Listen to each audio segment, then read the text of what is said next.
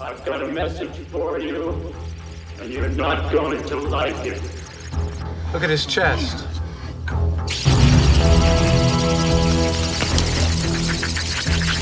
Ready for death.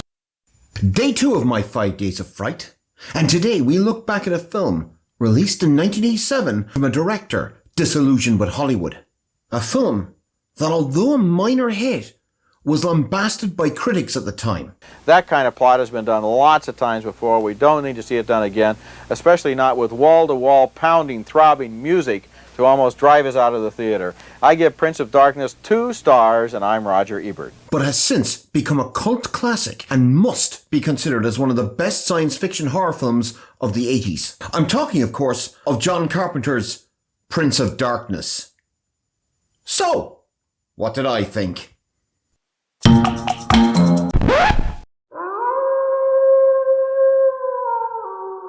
5 Days of Frights. Priest, played by Donald Pleasance, arranges for a team of PhD physics students led by quantum physicist Howard Brack, played by Tremor's Victor Wong, to investigate what lies beneath the Los Angeles monastery of the mysterious and now defunct Order of the Brotherhood of Sleep. Now, I may have mentioned before how I grew up in the Ireland of the 80s, a land of only 2 channels, RTE1 and RTE2. TV stations that opened late and closed early, always ceasing broadcast before midnight, except sometimes on a Friday or a Saturday night, or at Christmas. Because, let's face it, we all had better things to be doing than staying up late watching television. Sure, didn't we all have work in the morning?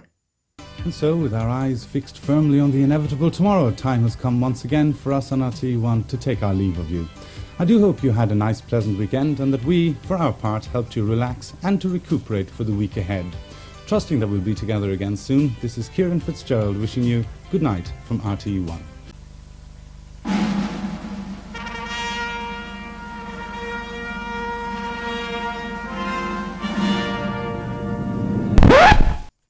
However, in 1984, some local entrepreneurs in our area started LTV, Local Television, a pirate channel that broadcast on the UHF waveband for 3 to 4 hours every Wednesday and Saturday night, broadcasting local events, even their own soap opera. But when LTV wasn't broadcasting, its operators would relay a foggy, static-filled signal that drifted across the Celtic Sea from HTV in Wales.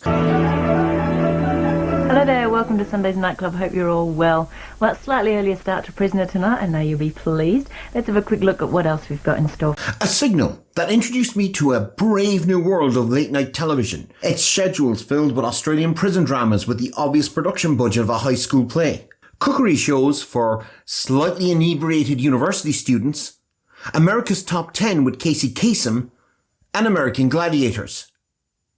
But, on a Friday night, just after the latest episode of Box Office America, it was the all-night horror movie marathon. And it was here, sometime in the early 90s, I first saw Prince of Darkness. Perhaps the perfect film to sit up alone at 1 a.m. on a Saturday morning and watch through a wall of static. After the commercial failure of the critically acclaimed Starman in 1984, and the fiasco of Big Trouble in Little China, which director John Carpenter blamed on studio interference and internal politics, Is it getting hot in here, or is it just me? he decided to walk away from the studio system and instead release films independently. And his first was Prince of Darkness. Made for just under $3 million, but taking $15 million at the box office, it's hard to believe a low-budget film that featured Alice Cooper and would be beaten on its week of release by the pure 80s schlock that was Fatal Attraction. This is gonna stop. No, it's not gonna stop. It's gonna go on and on. Just keeps calling me apart. Was in fact dealing with topics such as the nature of God, evil, particle physics, and the very reality of the universe we live in. From the opening frames, accompanied by a score by Carpenter and Alan Howarth, the film exudes a growing sense of doom, filled with signs and portents, be it eclipses in the sky, or the gathering of the homeless standing watch, awaiting the arrival of their saviour.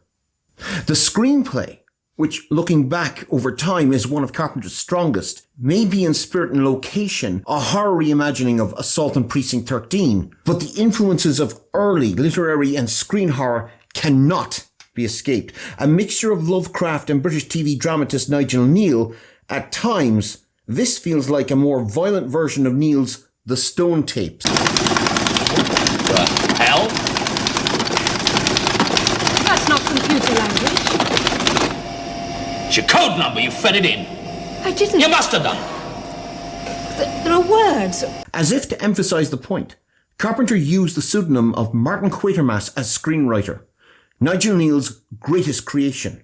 When it comes to the cast, this is a group of actors at the top of their game, led by a pitch-perfect Donald Pleasance as the unnamed priest who begins to question everything in the face of true cosmic horror. Every performance conveys brilliantly the doubt in both faith and science as they confront what is about to be unleashed. While Alice Cooper is the personification of evil, as the pale leader of the homeless gathering outside the church. But perhaps the true revelations are Jameson Parker as Brian Marsh and Lisa Blunt as Catherine Danforth.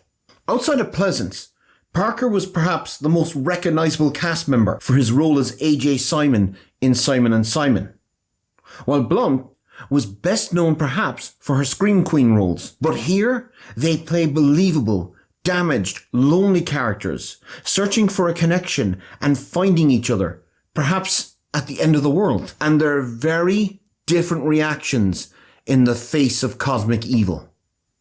Prince of Darkness may be low budget, but it most certainly doesn't look it thanks to the production design and the cinematography of the late Gary Brian Kibb, who would go on to work with Carpenter until his death in 2020. There are some stunning set pieces, the standout being The Dream, a videotaped warning from the future that characters dream of when within the confines of the church.